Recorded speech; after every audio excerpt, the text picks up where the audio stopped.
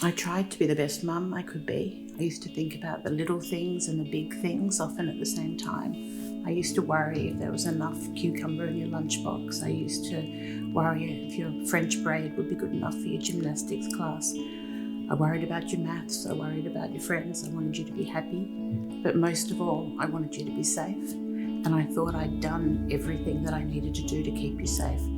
There was not one moment when I didn't know where you were and who you were with. We talked to you about stranger danger. We told you not to ever go into public toilets by yourself.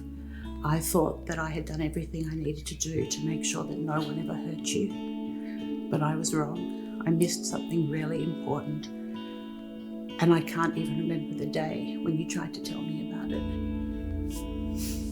I tried to tell you that something was wrong, but I didn't know how to understand it, let alone talk about it. And so all I said was that this person was weird, and I hoped that that would be like this little breadcrumb that would be picked up on, and then that would be all that I would have to do. And when that didn't mean anything to you, I just left it because I didn't want to say anything that could make me be in trouble. I knew how much everyone thought this person was so great, and I thought that I had done something wrong or thought something wrong because I didn't think that at all. And I think I didn't pick up that little breadcrumb because I had never given you the language to talk about sexual abuse. I had never conceived that I would need to tell you the things that could happen, or that you shouldn't have to trust anyone because someone else said that they were good, that people had to earn your trust, and that no one, however close they were or respected they were, got your trust automatically. And I didn't give you that language. I didn't give you that framework. I gave you no way to explain the horrible thing that was happening to you. And then I watched as you fell apart, and my once joyful, fun-loving girl was just being obliterated by something. And you wouldn't get out of bed, and sometimes you would just howl, this cry that came from the very core of you. And then I knew something awful must have happened to you. And I would go through and I would think of every and any person that could ever have been alone with you and that could have done something to you. And my biggest blind spot was that I didn't count that it could be a woman that could hurt you.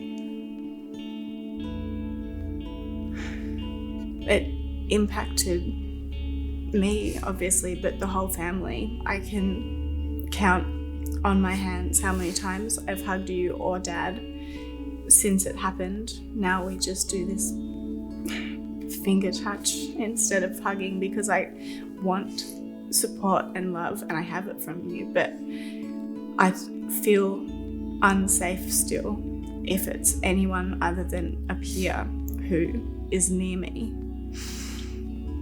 And so because I didn't say anything, because we didn't have that shared language where I could have said Zorpal or sandwich or any word that we had decided was my way of saying something. I feel a big feeling and I don't know what it is, and I don't have the words for it, and I need your help to decipher it for me because you're an adult.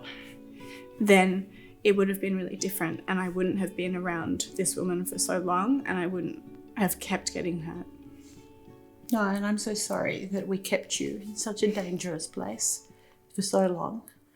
And I treasure that little finger tap because that's what you lost your childhood. You lost the trust that every child should be able to have in people that are there to care for them and protect them. And you lost that joy and the innocence because it was stolen from you, and you couldn't even begin to explain what was happening to you. So I'm so sorry, Emma, that we didn't give you that we kept you in harm's way for so long. But I hope that by you so bravely sharing your story, that other parents will learn from my mistake and give their children the language to talk about what happened to them and to keep them out of danger. You don't need to be sorry. And we know now, and we know for other people. Yeah, we do.